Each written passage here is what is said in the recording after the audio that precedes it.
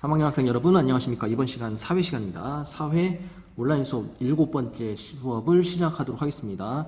자, 오늘부터 또 새로운 단원이 들어갑니다. 7단원이죠. 7단원 인구입니다. 인구에 대해서 배워보도록 하겠습니다. 인구 변화와 인구 문제에 대한 내용이고, 그 첫 번째 시간으로 인구의 인구 분포에 대해서 배워보도록 하겠습니다. 전 세계의 인구, 또 우리나라의 인구는 어디에 많고 어디에 적고 어떤 식으로 인구가 분포되어 있는지 배워보도록 할 테니까 학습 꺼내고 교과서도 꺼내고, 교과서는 120페이지가 되겠습니다. 120페이지 보시고서 수업을 하도록 하겠습니다. 먼저 수업 들어가기 전에 핵심 개념, 교과서 보기 전에 핵심 개념 학습지 뒷면 보시고서 정리하도록 하겠습니다. 오늘부터 배운 내용이 7단원부터 배우는 내용이 이 내용이 전혀 좀 달라집니다. 전 시간까지 1단원부터 6단원까지가 우리가 일명 일반 사회라고 합니다. 선생님이 이제 학교에서 수업할 때 한번 얘기한 적이 있었는데, 인간이 만들어낸 여러 가지 사회 제도들이 있어. 정치, 경제, 문화, 이런 것들을 일반 사회라고 우리가 얘기를 하는데, 7단원부터는 뭘 배우느냐? 지리라는 걸 배우게 됩니다. 지리 영역에 대한 겁니다. 지리는 우리가 살고 있는 주변의 이 환경을 말하는 거라고 보시면 되겠습니다. 환경을 말한다고 보시면 되겠는데, 이게 두 개로 나눕니다. 어떤 환경? 자연 환경이 있습니다. 그래서 자연지리라고 얘기를 합니다. 그 다음에 인간이 만들어낸 환경이 있어. 인문 환경이라고 얘기해요. 인문지리. 인문 환경 중에서도 이 우리가 살고 있는 주변 환경을 지리라고 하는 거고, 인문지리라고 하는 거고, 그것이 이제 그 인간들이 만들어낸 환경 중에서 보이지 않는 그런 환경을, 이제 그런 제도들을 우리가 일반 사회라고 하는 거예요. 지난 시간에 배웠던 거. 자, 그래서 우리는 지리를 이제 오늘부터 배우게 되는데, 자연지리는 어떤 걸 자연지리라고 하느냐? 인간의 의지가 들어가지 않은 지리를 말하는 거예요. 보통. 어떤 거? 지형, 땅의 모습이라든지 기후, 공기의 상태를 얘기하죠. 다 언제? 우리 1학년 때 배웠던 겁니다. 그렇죠. 우리 1학년 때 사회 시간에 사회 1 배웠죠. 그때 앞부분에 배웠던 것이 바로 지리 중에서 자연지리가 되는 거야. 그러면 벌써 답 나오죠. 우리가 지금 3학년부터 배우게 될, 3학년 7단원도 배우게 될 지리는 인문지리를 배우게 됩니다. 요거 1학년, 요거 이제 우리가 3학년 때 배우는 게 인문지리가 되는 거야. 지구나 기형, 지역에 따른 토양, 어떤 생물종이 살고 있나, 그런 지역에 따른 어떤 이런 지형, 기후, 토양, 생물 같은 자연 그대로의 모습을 배우는 것이 자연지리라면, 이 두 번째 배우는 인문지리는 인간의 의지가 들어간 우리 자연의 환경의 모습을 말하는 겁니다.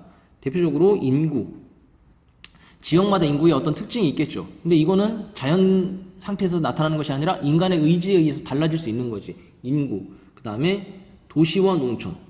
오늘날에 이제 도시가 대부분 지역을 차지하니까 도시 지역의 특징, 그 다음에 지역에 따른 경제 또는 정치, 종교, 이런 것처럼 지역에 따른 인간의 의지가 들어간 환경의 모습을 배우는 것이 바로 인문지리가 되겠다라는 거. 그래서 3학년 선생님하고 이제 오늘부터 배우게 될 내용이 바로 인문지리가 되는 거야.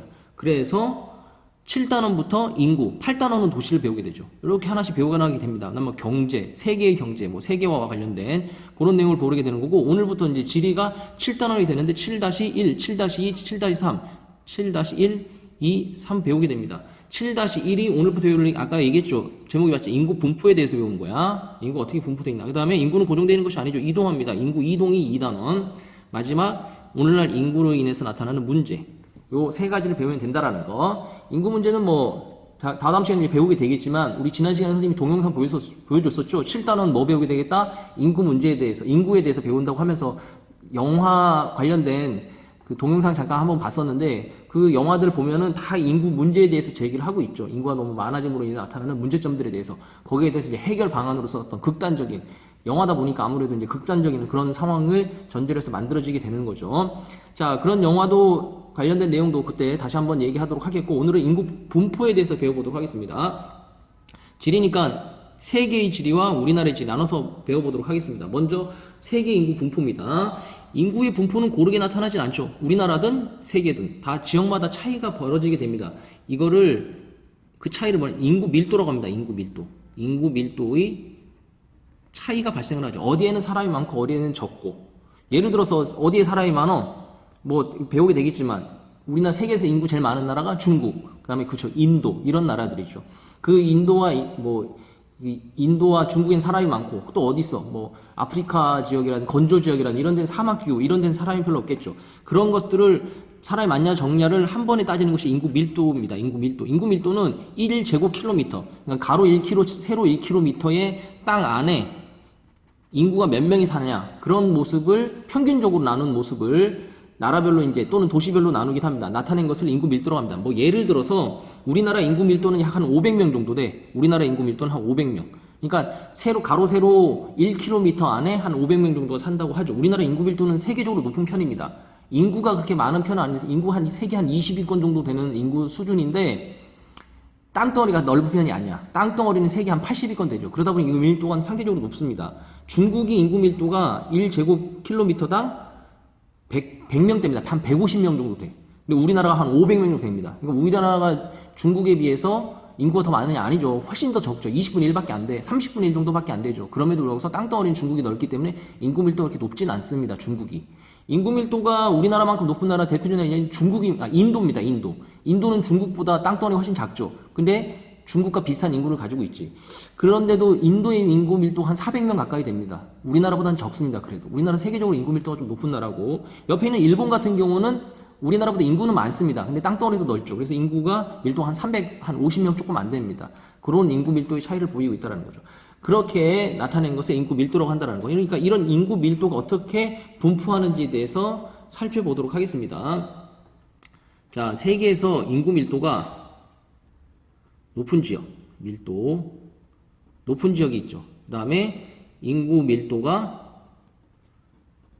낮은 지역이 있습니다. 인구 밀도가 높은 지역과 인구 밀도가 낮은 지역. 자, 인구 밀도가 높은 지역은 대표적으로 한 세 군데 정도로 정리할 수가 있겠습니다. 서유럽입니다. 서유럽. 유럽 중에서도 중심이죠. 세계 중심인 서유럽. 그 다음에 동남아시아와 남부아시아 지역입니다. 그래서 세계 인구의 거의 대다수는 뭐 유럽과 아시아 지역에 있죠. 마지막으로 한 군데가 미국인데, 미국 중부 쪽은 인구가 굉장히 적어. 그쪽 농촌 지역이라서 주로 도시 지역인 미국의 북동부 요쪽에 인구가 많이 분포를 하게 됩니다. 그래서 여기 밑에 보시면 세계 지도가 있습니다. 자, 첫 번째 서유럽은 어디야? 여기가 서유럽이죠. 여기가 서유럽. 그 다음에 인도를 포함해서 동남 남부아시아. 동남아시아와 남부아시아가 인도가 되겠죠. 여기 튀어나온 여기 인도가 되겠지. 여기 마지막 세 번째 미국이죠. 아메리카 대륙의 북동부. 여기가 전통적으로 미국이 어디로부터 영국으로 독립했을 때 가장 먼저 사람들이 정착한 곳이죠. 그래서 대도시들이 다 여기 몰려 있죠. 물론 지금 이제 캘리포니아 일대로 사람들이 많이 몰려 있지만 전통적인 인구 밀도가 높은 지역이 미국의 북동부 지역이라는 거. 그래서 여기가 대표적인 세계 인구 밀집 지역이라는 것 참고로 알아두시고, 자, 반대로 인구와 밀도가 낮은 곳입니다. 낮은 곳은 상대적으로 좀 경제가 어렵거나 그런 뭐 척박한 환경인 곳이겠죠. 대표적인 인구 밀도가 낮은 지역입니다. 사하라 사막입니다. 사하라 사막. 그 다음에 아마존 밀림입니다. 아마존 밀림 지역은 세계적으로 인구 밀도가 굉장히 낮은 지역이야.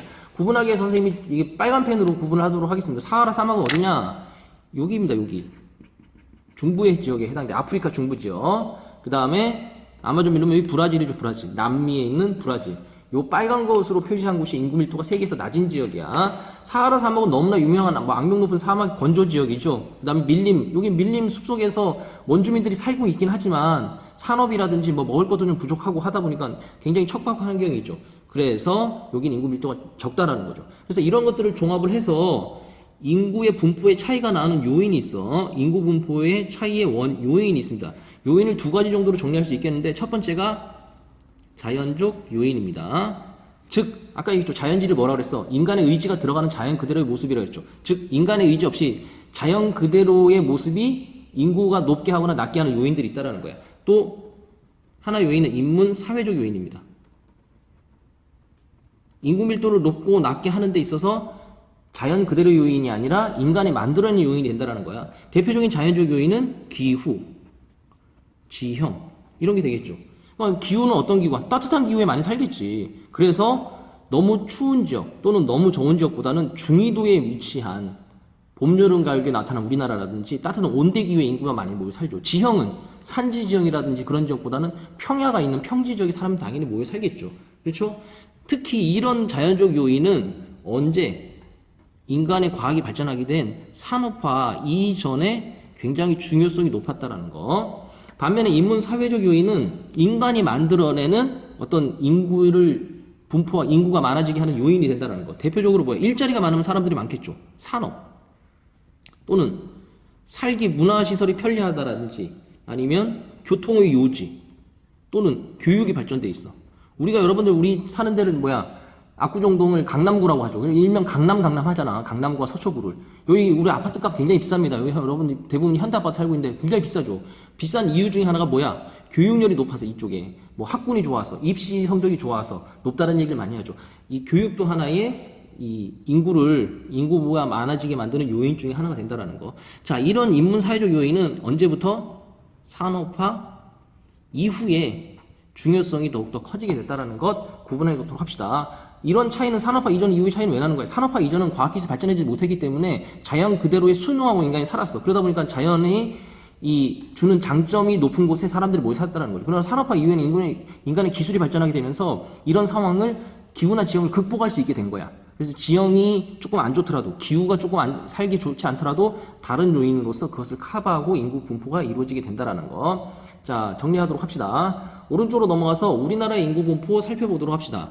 세계 인구 밀도와 마찬가지로 우리나라에서도 인구 밀도가 높은 곳이 있고 인구 밀도가 낮은 곳이 있습니다. 우리나라 인구 밀도 높은 곳 어디겠어? 전국에서 서울이죠, 그렇죠? 서울을 포함하여 경기도까지 이거를 이제 일명 수도권이라고 얘기를 합니다. 서울과 경기도. 이 서울, 경기도에 우리나라 전체 인구의 무려 50%가 삽니다. 5천만 명 중에 거의 2,500만 인구가 바로 수도권에 살고 있죠. 그 다음에 대도시. 대도시면은 대표적으로 뭐 있어? 서울 제외하고서 부산. 그다음에 인천은 수도권이긴 하지만 광주 이런 광역시가 대도시에 해당이 되겠죠. 마지막으로 공업지대입니다. 공업지대. 일자리가 많은 공업지대. 우리나라에서 공업지대로 가장 큰 공업지대는 어디냐? 남동 임해 공업지역입니다. 남동 임해 공업지역. 자, 여기 세 가지 지도에서 살펴보도록 합시다. 지도에 살펴보시면 인구밀도 높은 쪽이 1,500 이상. 선생님이 얘기했죠. 아까 전에 우리나라 인구밀도 약 한 500명입니다. 평균적으로 봤을 때. 근데 500보다 높으면 우리나라에서 인구밀도가 높은 지역이 되는 거야. 요 색깔이 나오는 것이죠. 어디야? 수도권. 그 다음에 대도시. 광주, 대전, 대구, 부산. 광역시들이죠. 여기 대도시. 마지막으로 공업지대. 여기가 어디야? 여기가 남동 임해 공업지역입니다. 남동 임해. 어디? 남동이라는 건 우리나라 남쪽에 동쪽이라는 뜻이야. 그다음 임해, 바다에 맞물려 있다라는 거예요. 임해, 가까이에 있다라는 거야. 왜 여기가 발전을 하게 됐냐? 우리나라는 자원이 부족해? 아니면 많어? 자원이 부족하죠. 자원을 해외로부터 수입하는 거야. 그 다음에 공장을 만들어야 되겠지. 그럼 공장을 어디? 멀리 만들면 되겠어? 안 되겠어? 안 되겠죠. 공장을 만들면 또 왔다 갔다 해야 되니까 여기서 공장을 만드는 거야. 자원 수입해서 공장 만들어서 바로 수출. 그러면 어떻게 해야 되겠어? 요 바닷가가 유리하겠죠. 그래서 전략적으로 우리나라에서 공업지대를 만든 게 남동임해 공업지역. 그래서 여기 지역의 인구 밀도가 굉장히 높다는 거죠. 남동임해 공업지역 꼭 기억하시기 바랍니다. 수도권 공업지역과 함께 우리나라의 가장 중추적인 공업을 담당하는 곳이라는 거. 자, 인구 밀도가 낮은 곳입니다. 산간지역. 당연히 기후나 지역면에서 살기가 힘들 테니까. 그 다음에 요즘에 농어촌 지역. 안타깝지만 우리나라에서 농어촌의 어떤 그 삶의 질이 항상 문제가 되고 있죠. 그래서 여기 보시면 우리나라 산이 가장 많은 지역 강원도라든지 아니면 요 해변가에 농어촌 지역은 굉장히 인구가 적은 모습을 알 수 있죠. 인구 밀도가 허옇죠, 그죠? 인구 밀도가 낮은 모습을 찾아볼 수 있다라는 거. 자, 이러한 우리나라 인구 밀도의 특징만 정리하고 마치도록 하겠습니다. 마찬가지야. 산업화 이전.